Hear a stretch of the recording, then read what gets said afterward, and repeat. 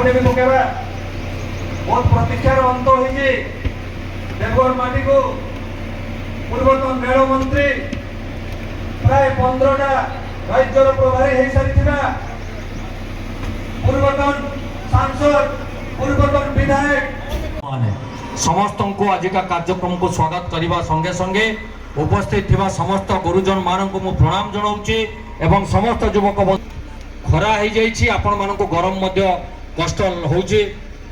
सौभाग्यवश आउ जड़े आमर संबलपुर लोकसभार पूर्वतन सदस्य सर आसतु टे आम लोकसभा सदस्य आमर पूर्वतन मंत्री साटिक आसतु पाखु श्रीजुक्त नगेंद्र कुमार प्रधान स्वागत कर समस्त ताड़ी मारिबा आम गहन रे उपस्थित अछंती